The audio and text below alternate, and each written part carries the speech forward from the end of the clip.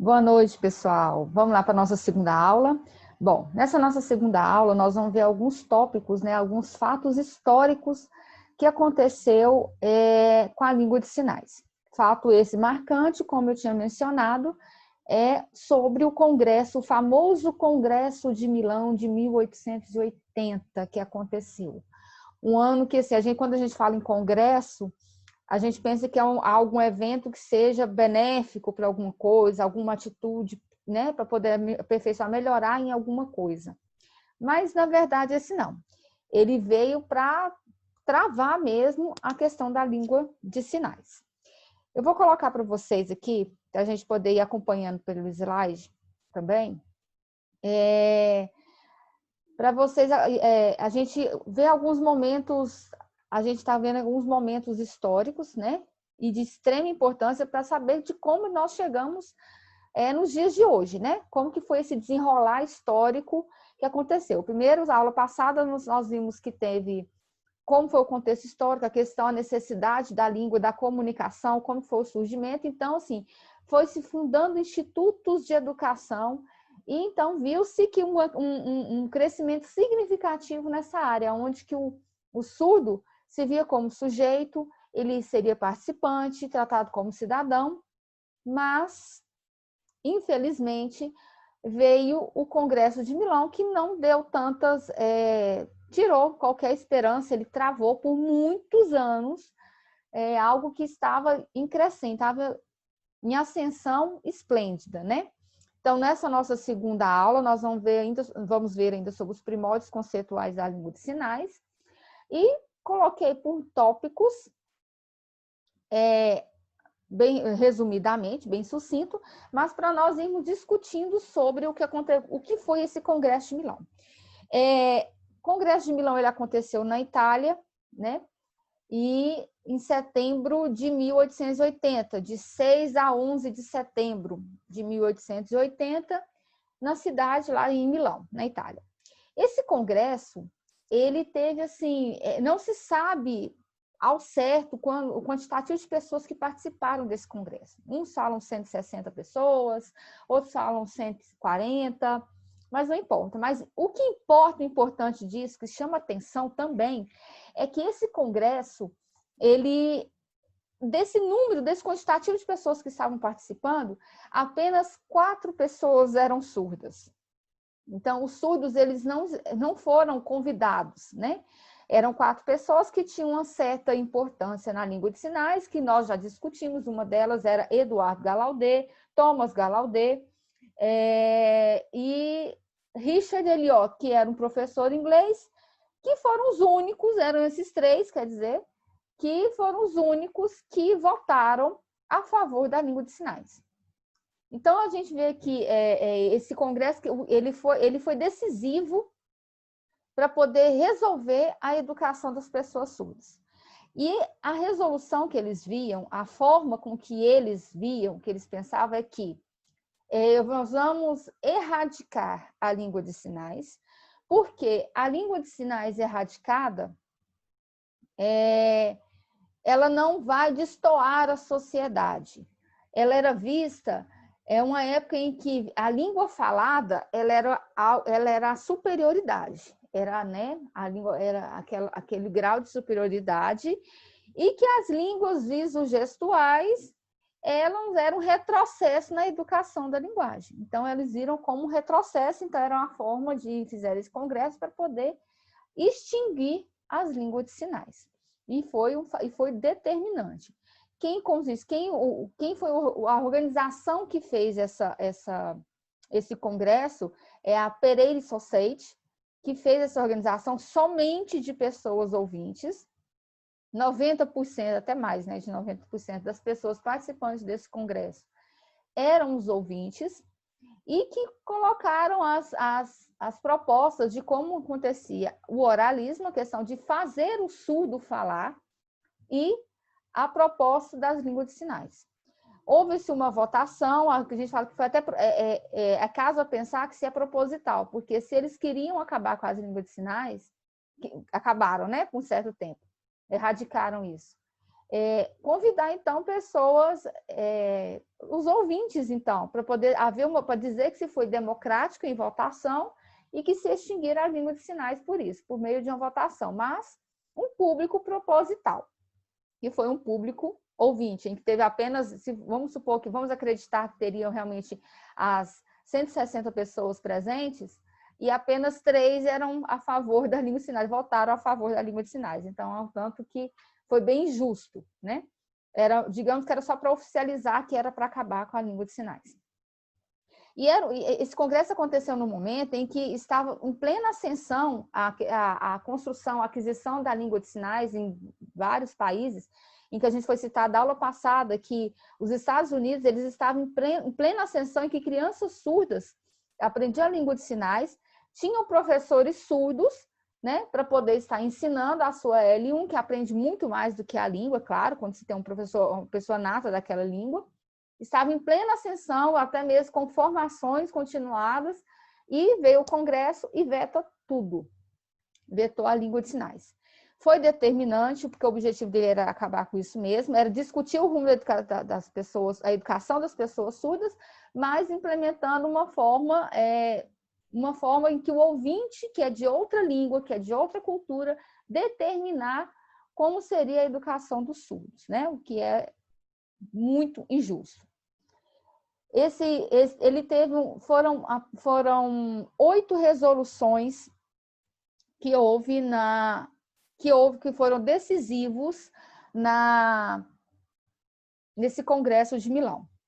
Essas resoluções, elas determinaram coisas assim, determinaram determinantemente injustas, porque eles colocaram colocaram a língua de sinais, inferiorizaram, a ponto de colocar que elas realmente não seriam eficazes e não se tornariam as pessoas cidadãos participantes da sociedade em que ele vive. Eles seriam que realmente fazer com que o surdo falasse, né? Vou só acessar para vocês para a gente ver, porque como são 8 resoluções, elas um pouco extensa, eu deixei ela aqui em arquivo para a gente estar discutindo sobre, vou falar ela bem sucintamente o que vem a ser essas resoluções, que dita vários absurdos, né? Hoje nós vemos isso como absurdos, né? A primeira resolução, ele dita que, eu vou falar bem de forma bem resumida, que as pessoas surdas só poderiam ser aceitas na sociedade se elas usassem o método oral. Então, era um fator determinante para poder fazer com que o surdo ele tinha que falar. Primeira resolução. A segunda resolução, ela considera que o uso dos gestos e da oralidade, as duas coisas juntas, ela ia prejudicar a leitura labial e a articulação das pessoas surdas. Então, não podia sinalizar. Olha que absurdo, né? Então, tinha que ser totalmente oral, porque se eles sinalizassem junto com a oralização, não, prejudicaria a articulação da fala, então teria que ser só a oralização. Terceira resolução do Congresso. Foi aprovado por unanimidade a questão de que essa foi assim o ápice, né? Que o número de pessoas surdas, né, que não instruídas e as famílias não conseguiam instruir a educação para essas pessoas, ele tinha que ser assegurado pelo governo para serem educadas como se fossem animais. Então, assim, foi aprovado por unanimidade, responsabilidade em cima do Estado. Colocando essa responsabilidade, só que o Estado tinha que acatar o oralismo. Então, era para serem educadas só de forma oral e tinha que ser responsabilidade do Estado. A quarta resolução considera que tinha que ser, para tudo que se fosse passado para o surdo, deveria ser um método puramente oral. Puramente oral. usando falas, associando fala com escrita, e eu esqueci, como não me recordo o nome do autor que escreveu, que ele era contra a língua de sinais, que ele fez a primeira obra dele sobre a oralização, o oralismo, que era ilustrado para mostrar músculos, palato, boca, dentes, como deveria ser os movimentos para que o surdo imitasse, para saber como que deveria ser o movimento labial da boca, todos os músculos, né, para estimular o aparelho fonador para que o surdo falasse. O absurdo chegou a esse ponto. Foram muitos absurdos, pessoal. Né? Essa quarta resolução, então, era, como diz, um método associar palavras e expondo, colocando as palavras, mostrando para o surdo e mostrando o movimento, inclusive interno da boca, como deveria fazer para poder fazer a oralização.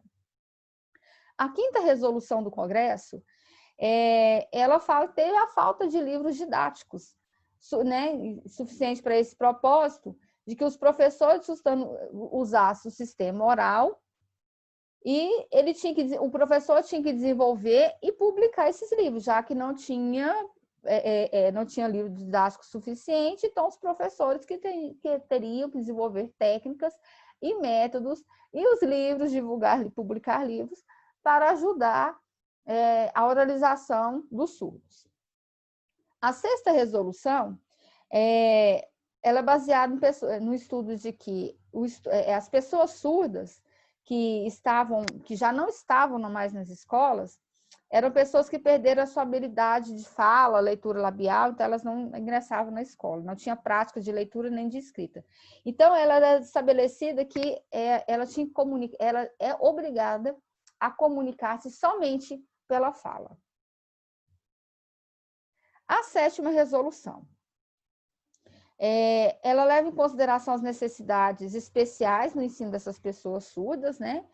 E que recomenda que a idade de 8 a 10 anos, como a melhor época para as crianças começar a vida escolar. 8 a 10 anos, começar a vida escolar. E que a educação dessas crianças deve durar de 7 a 8 anos, né? A educação delas. Então, tinha que falar dentro desse tempo. E a última resolução do Congresso é uma mudança gradual do método de ensino de instituições que faziam uso da língua de sinais. Ao pouco, eles implementam, como diz, eles iam eliminando as línguas de sinais, isso assim, lá na graduação, os surdos mais velhos que já estavam habituados a usar a língua de sinais. Que pouco a pouco gradualmente, eles iam deixando a língua de sinais e implementando o método oral.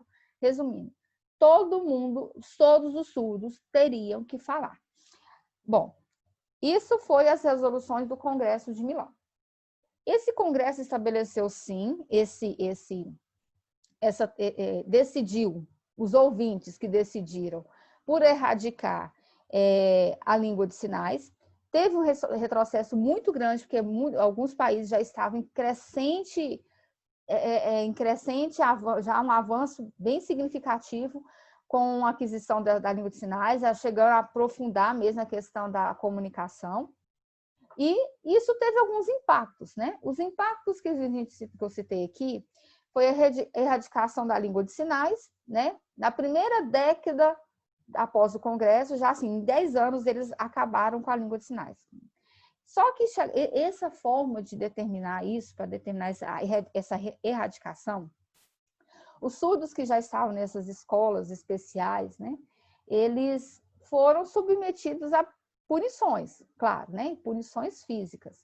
Como era determinante o oralismo, os surdos, muitos deles, eles não podiam tiveram suas mãos amarradas. Muitos deles, nisso a gente vê um capitalismo por trás disso. Como?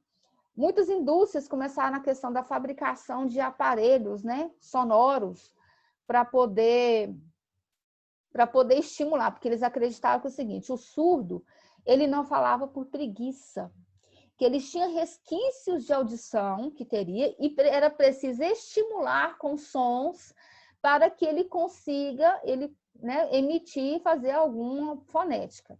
Então, entrou aí o capitalismo, a indústria, com vários aparelhos sonoros, né? Com aquele, parecendo aqueles fones de ouvido antigo. Então, assim, vocês podem ver que se vocês procurarem nas histórias da educação dos surdos, às vezes parece fotos de crianças, né? Com aqueles fones, mas por que eles estavam com esses fones, né? Se eram surdos, era para isso, era para estimular. Era em aula de música, com piano, era colocando sons altos para eles poderem estimular essa parte, esse resquício de audição que ficou, sendo nem sabia o grau de audição, de surdez, né? Se era severa, se era moderado, não se sabia nessa época. Então, era só que o surdo era preguiçoso e precisaria estimular. Bom, então, a indústria nesse ramo teve uma crescente, assim, crescente vendas de aparelhos, e eram a ponto de ir na casa dos surdos, né, e falar à família que, né, que teria que ser aparelhado, que teria, em pouco tempo, tanto tempo, você tem que trocar a pilha, tem que fazer a troca de um novo aparelho, nós já estamos fabricando um novo aparelho, então teve até um capitalismo por trás disso. E em vão, porque isso não vai fazer o surdo ouvir. Isso foi resultado do oralismo determinado nesse Congresso de Milão. E o egresso de crianças surdas nas escolas. As crianças já não ficavam nas escolas, já não começavam a não frequentar, e foi só decaindo a sua comunicação e a sua qualificação inferior. Quer dizer, foi inferiorizada tanto a comunicação quanto a sua qualificação, que elas já estavam nas escolas tentando aprender, acabavam egressando, evadiam a escola, acabavam que, assim, foi só retrocesso. E em 100 anos, apenas 100 anos depois que começou um processo árduo da rejeição desse Congresso de Milão. Mas se for pensar um século o surdo sofrendo dessa forma, passando por punições, tendo mãos amarradas, né? Expostos a barulhos terríveis, sem saber o que estava acontecendo e sendo obrigado a falar, e gastos com terapia da fala, com a fono, para fazer a tentativa de fala com essas coisas, com métodos absurdos, é muito tempo, é muito tempo. Então, o Congresso de Milão, ele hoje, quando a gente comenta ele com alguns surdos, eles sabem das histórias dele, né?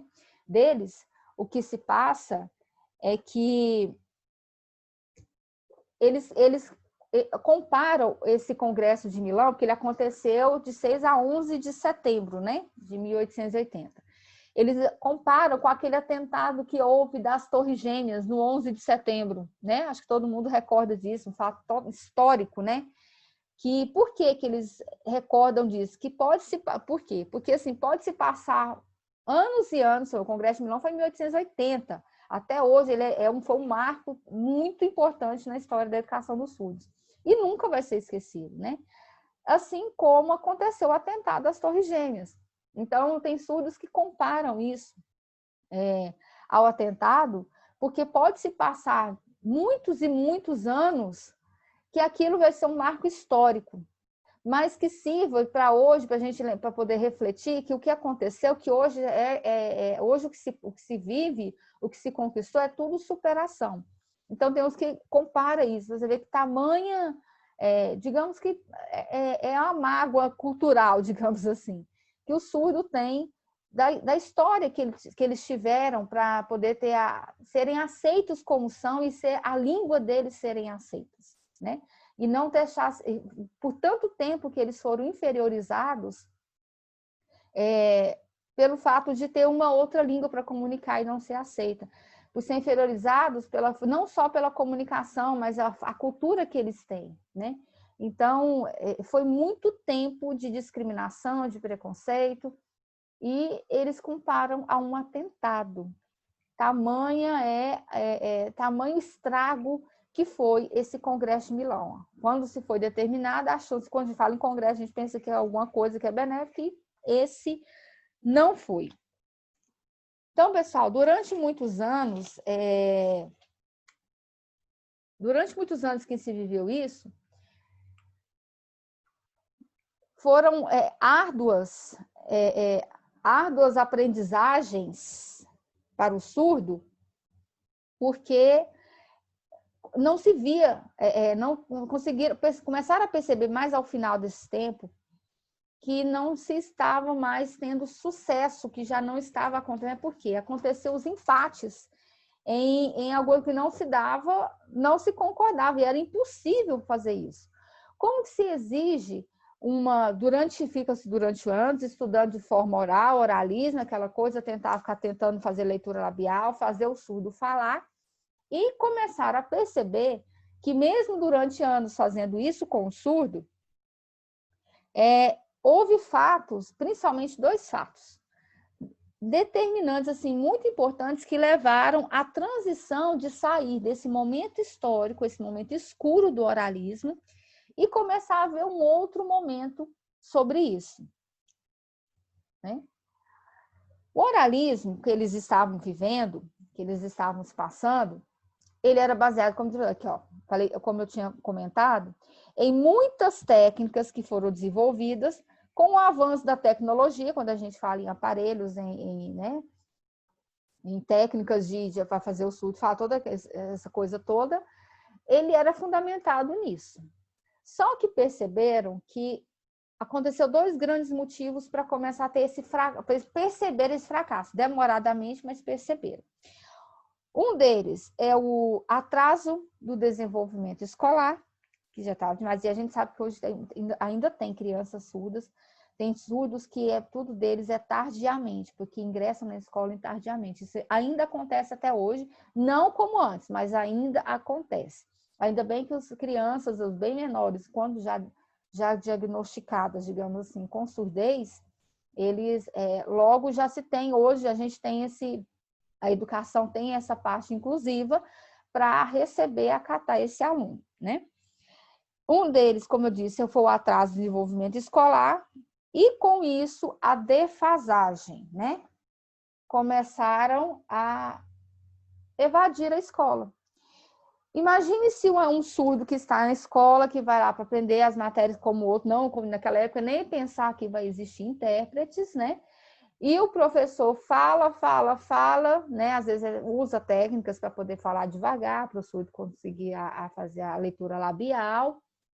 E só que convia que não tinha sucesso fazendo, mesmo fazendo essas técnicas e essas terapias da fala, usando essas aparelhagens e tecnologias, não se via sucesso. E era onde que eles evadiam a escola.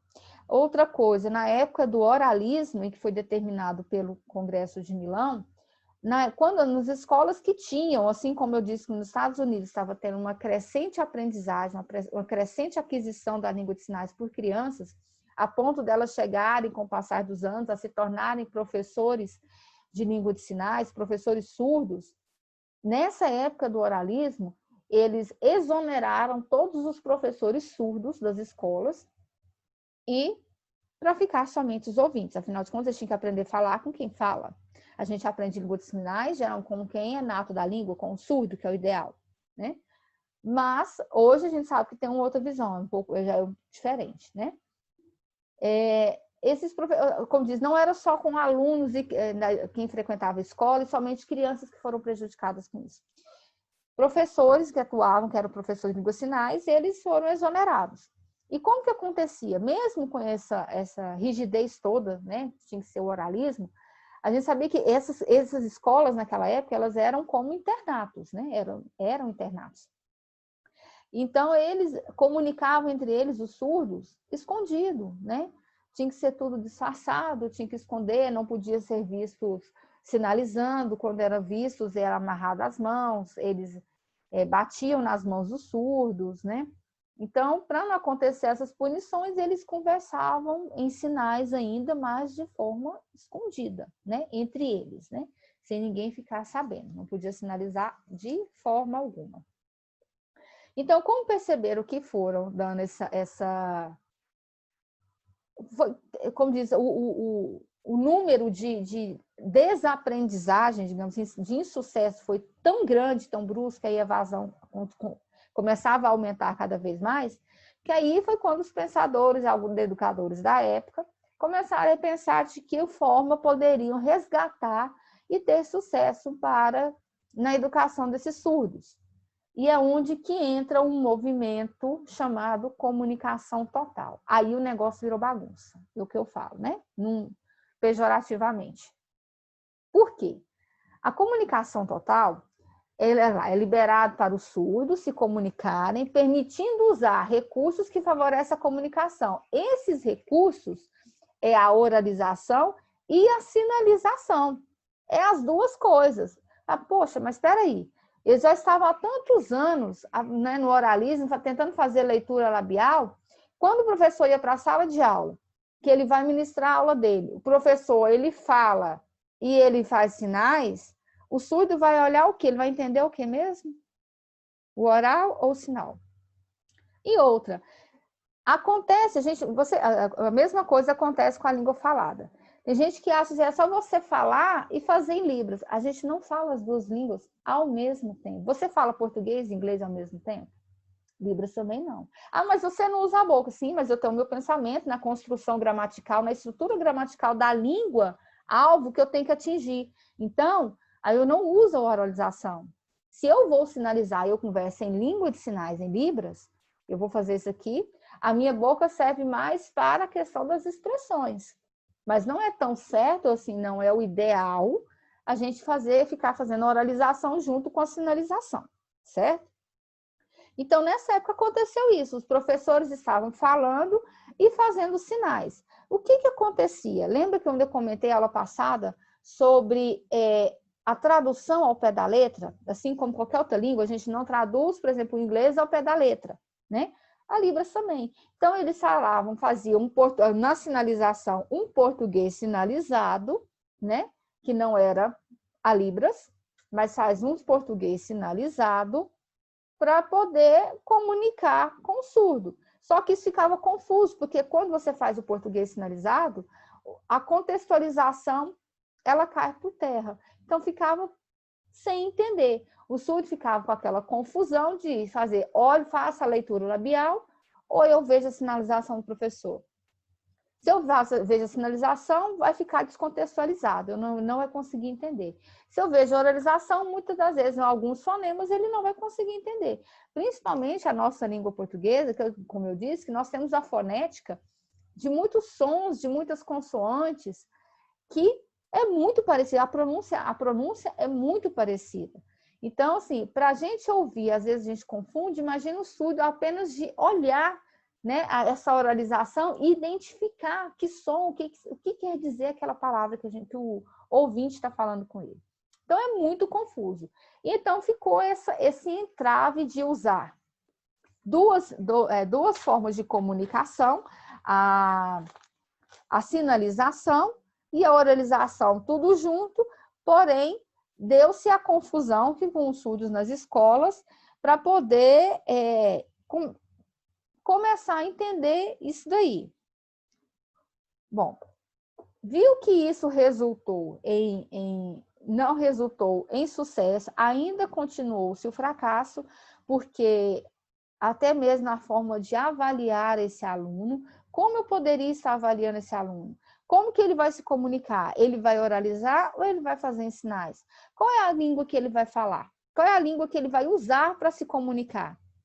Então, a comunicação total ficou, né, ela não resolveu, ela liberou algo, deixou mais livre a comunicação, porém, não resolveu a questão, principalmente, da aquisição da língua e aprendizagem escolar. Não adiantou muito. Durante anos que se usou essa comunicação total, viu que não teve sucesso, é onde nós chegamos ao bilinguismo, que é o que nós temos hoje. Hoje nós temos a educação bilíngue, né? Que hoje é o bilíngue, quer dizer duas línguas também, vou usar duas línguas. Como assim duas línguas? Ela consiste na Libras, que é a comunicação visoespacial, né?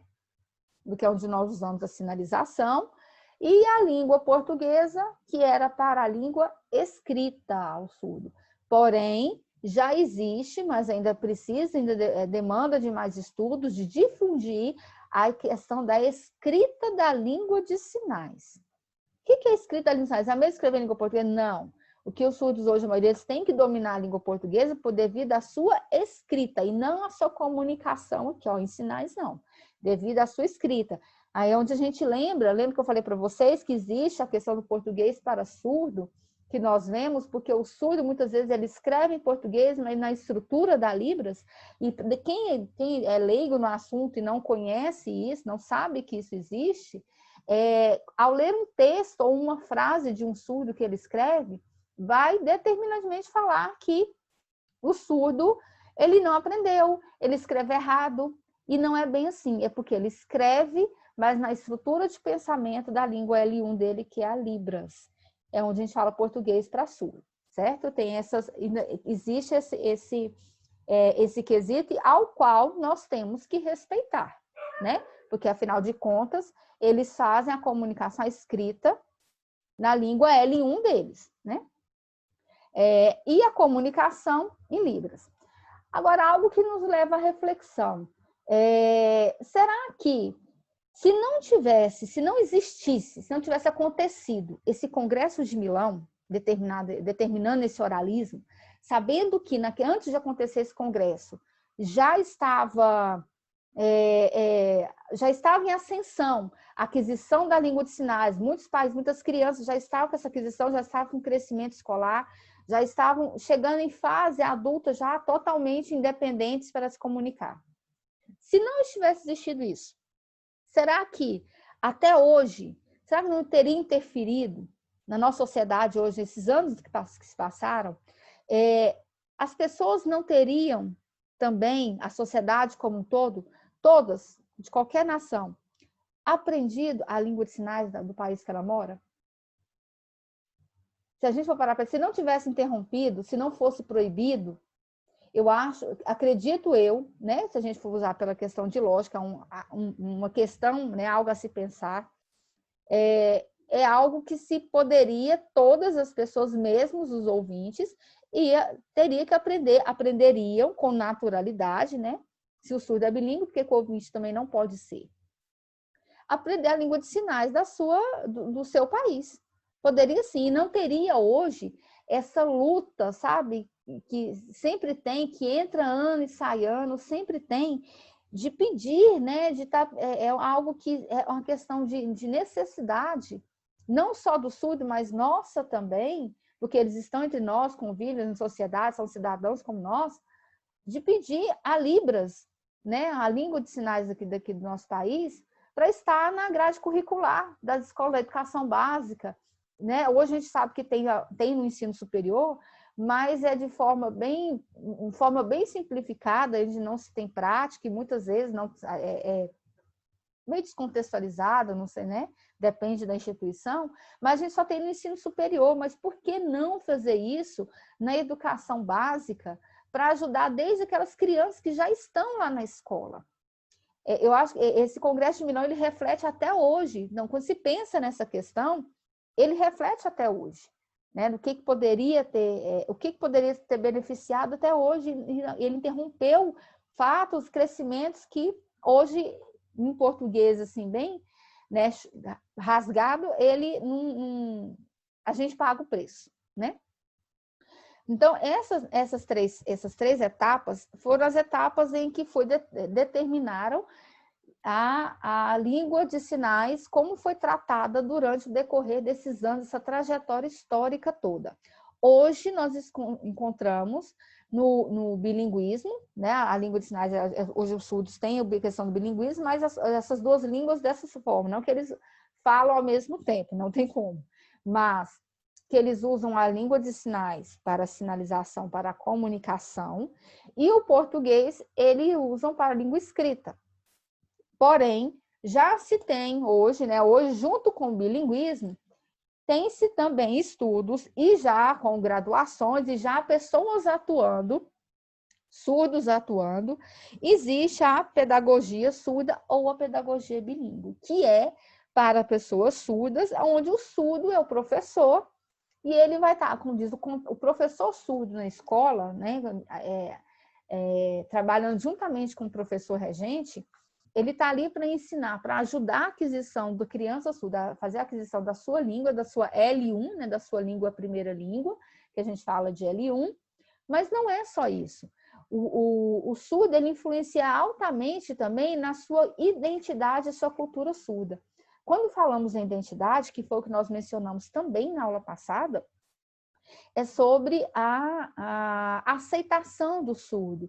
O surdo se aceitar que ele é um sujeito surdo, que ele tem uma língua diferenciada, a aquisição dessa língua dele, e que ele pode sim, essa é a sociedade que ele vive, e que ele vai ser também aceito. Então, o professor surdo, ele influencia altamente sobre isso, que é benéfico, claro, e a cultura surda, né? Porque a gente sabe que o surdo tem a sua cultura.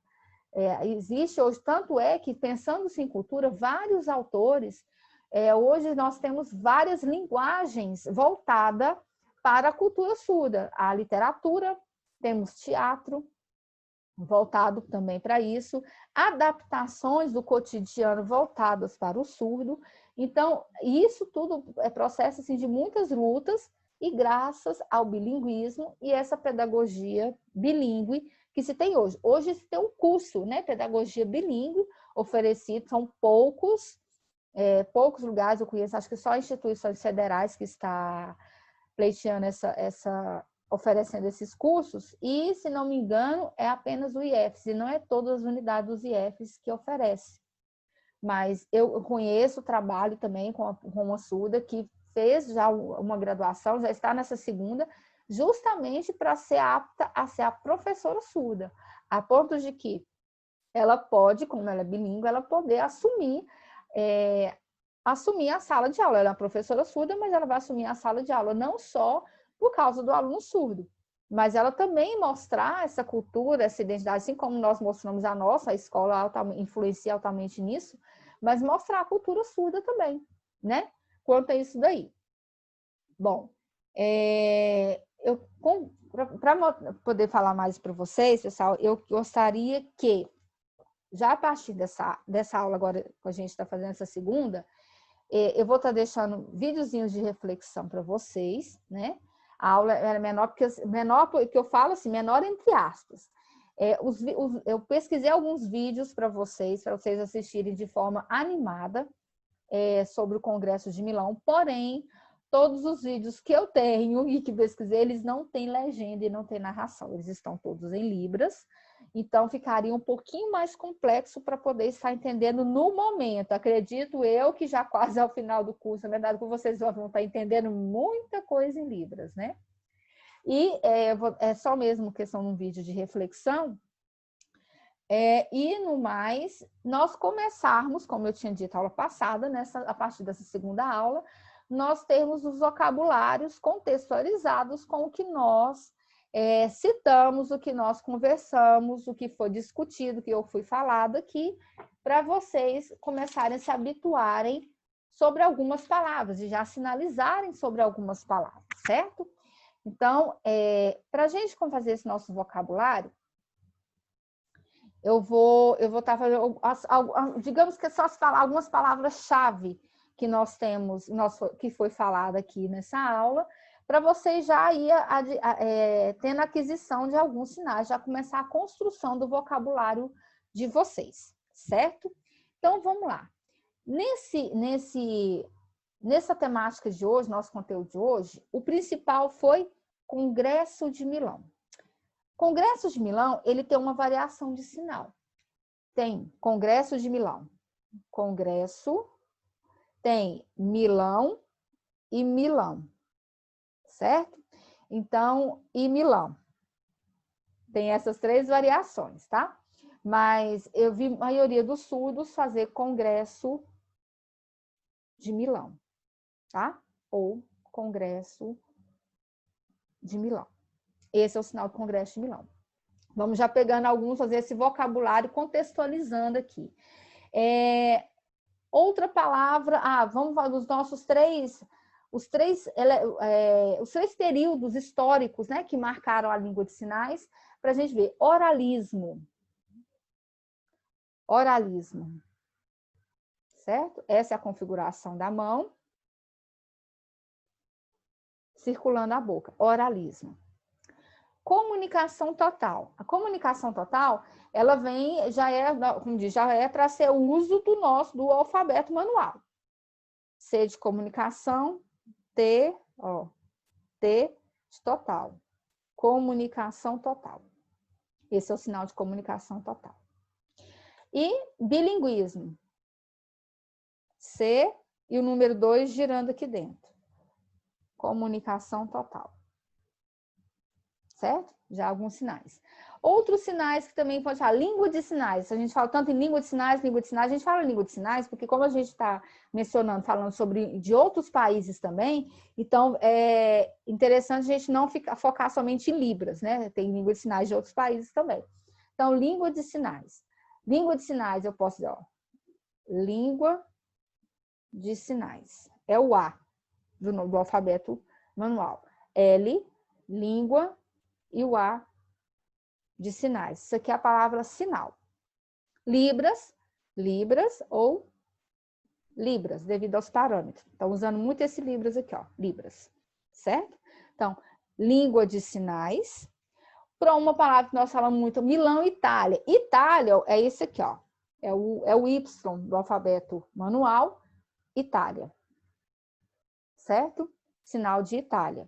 E Milão, esse ou esse aqui, tem variação de sinal, depende da região onde é falado, a região brasileira, é um sinal que o surdo vai usar. Ainda existem as variações de sinais. Sinalizar. Sinalizar é isso aqui. Sinalizar. Tanto é que acho que eu fui falando e acabei deixando escapar alguns sinais aí, né? Com a palavra, com o sinal, sinalizando algumas coisas aí. Língua oficial. Língua oficial.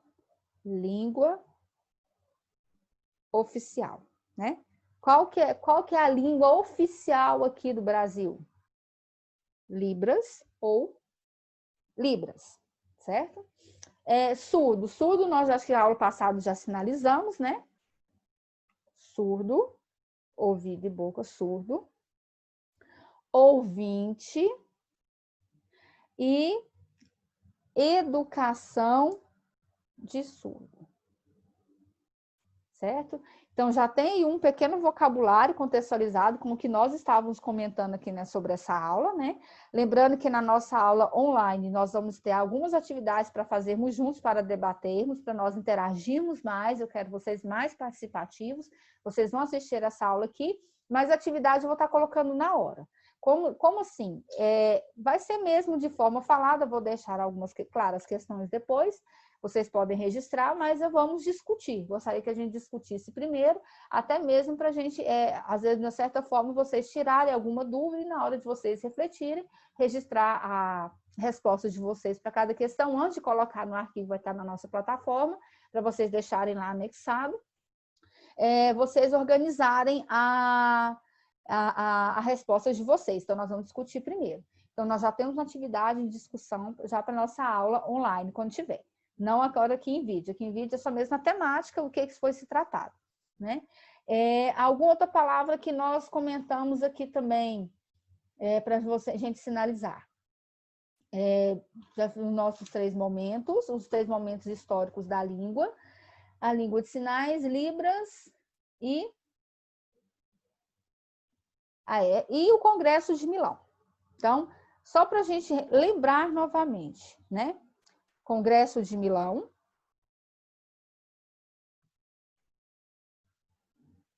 Qual a outra variação de Congresso de Milão? Congresso de Milão. Aquele outro sinal que eu fiz aula passada, que eu fiz esse aqui da Itália, ele é muito, já defasou, tá? Então, é usado esse agora, como disse. A língua, ela é ativa, ela é viva, está em constante mudança. Até que teve variação desses 2 sinais já para Congresso de Milão. Língua de sinais. Língua de sinais.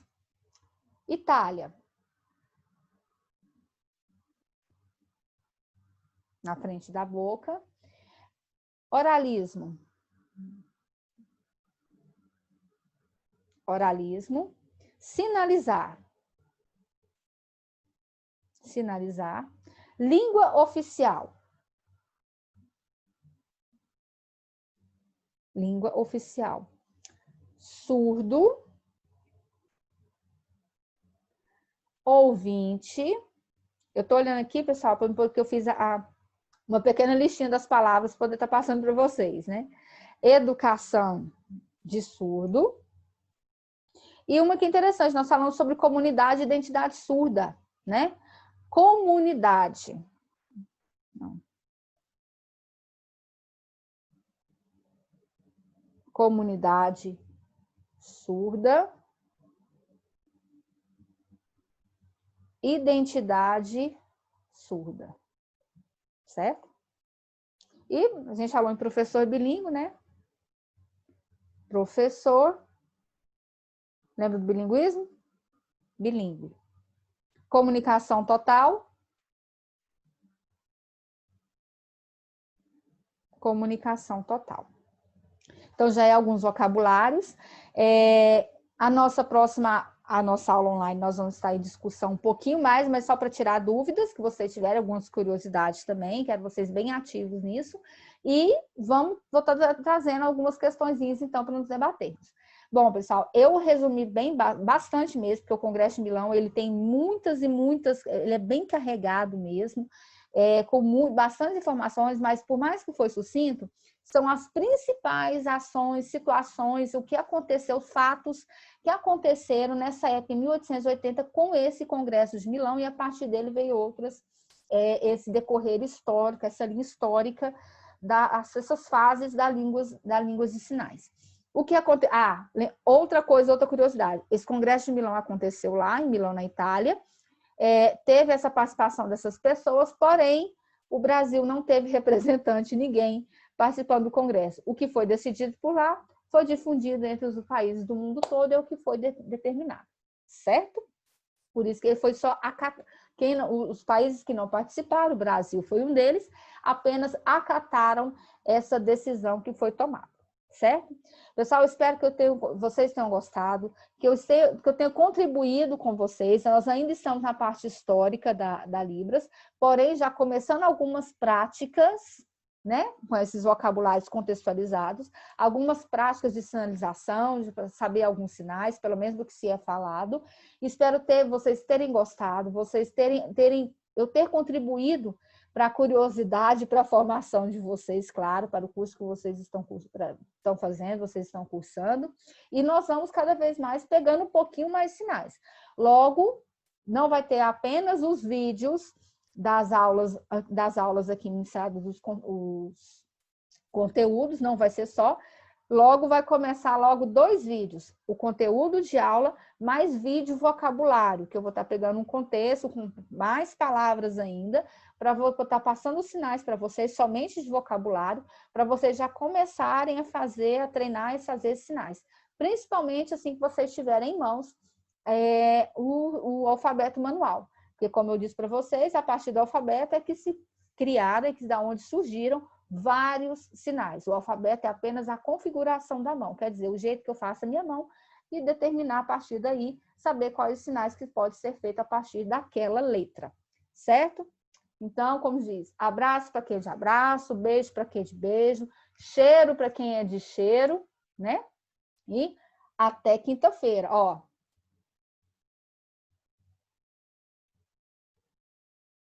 Que vem, certo? Até quinta, espero vocês na nossa aula online e estejam preparados para a gente estar debatendo algumas questões, certo? Até quinta, até a próxima aula, pessoal.